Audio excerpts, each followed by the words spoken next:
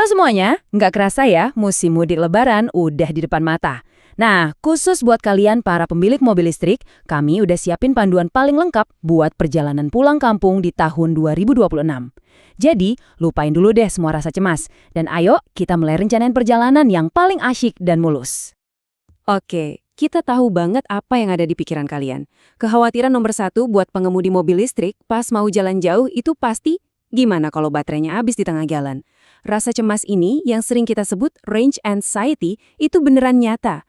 Tapi gimana kalau saya bilang tahun ini ceritanya bakal beda total? Nah, kutipan ini pesannya kuat banget. Ini bukan lagi sekadar harapan, tapi udah jadi fakta baru loh.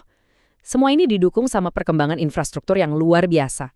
Jadi bisa dibilang, ketakutan itu resmi jadi masa lalu. Yuk kita lihat kenapa. Oke, bagian pertama dari solusinya ada di sini. Jalan tol Trans Jawa yang jadi urat nadi utama perjalanan mudik kita baru aja dapat upgrade infrastruktur pengisian daya gede-gedean. Ini mengubah tol ini jadi koridor yang 100% siap buat mobil listrik. Coba deh, lihat angka ini.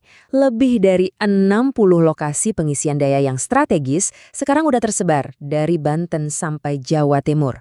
Artinya apa? Artinya, hampir di setiap rest area besar, kalian pasti akan nemuin stasiun pengisian kendaraan listrik umum atau SPKLU. Jadi kalian nggak akan pernah jauh dari colokan.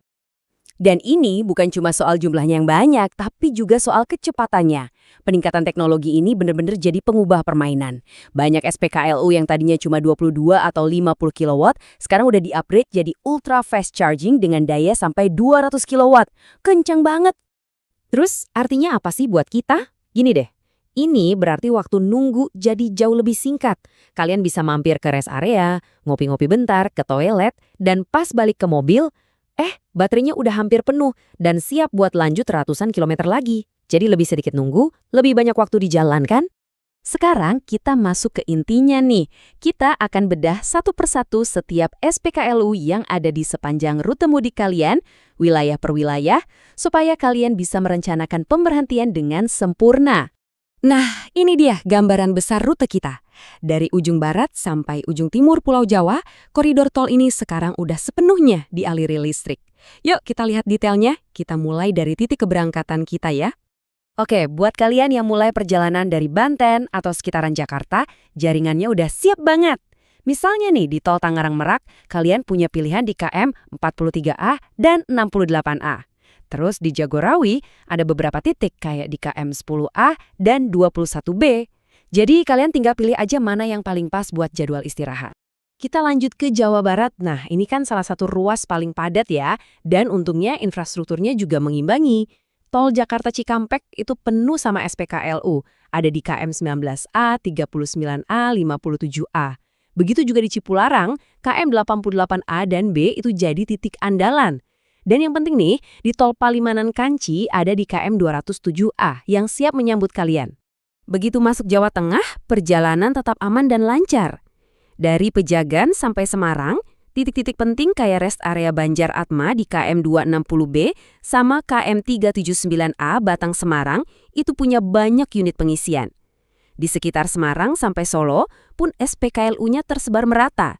Ada di KM 429A, 456, dan 487. Aman pokoknya. Dan akhirnya kita tiba di Jawa Timur. Cakupannya tetap lengkap banget.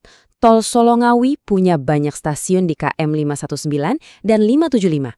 Lanjut ke arah Surabaya, KM 626 dan 725A siap melayani. Bahkan sampai ke Malang pun ada di KM 66A dan 84A. Jadi perjalanan kalian benar-benar terjamin sampai ke tujuan akhir.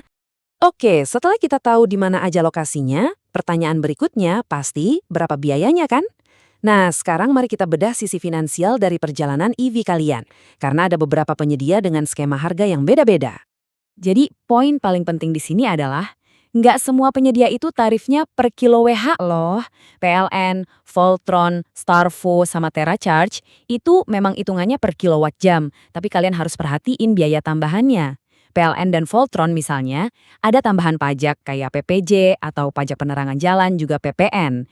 Di sisi lain, Shell Recharge punya tarif per kWh lebih murah, tapi ada biaya tetap per transaksi. Nah, yang paling beda itu Casyon, dia nagihnya per menit.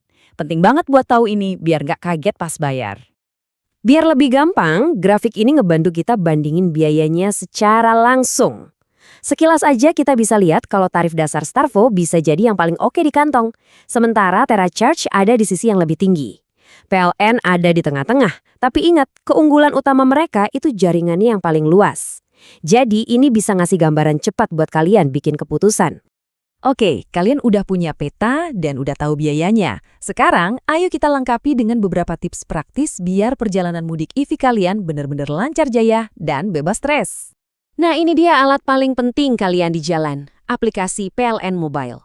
Aplikasi ini ngasih data real time. Jadi sebelum masuk ke rest area, buka dulu aplikasinya, pilih SPKLU, dan kalian bisa langsung lihat apakah charger di sana lagi dipakai, ada berapa unit yang kosong, dan jenisnya apa. Ini penting banget buat mencegah kalian masuk ke rest area yang ternyata penuh. Oke, kita rangkum semuanya dalam daftar periksa terakhir ini. Pertama, isi daya cukup sampai 80%. Ini lebih cepat dan lebih baik buat kesehatan baterai.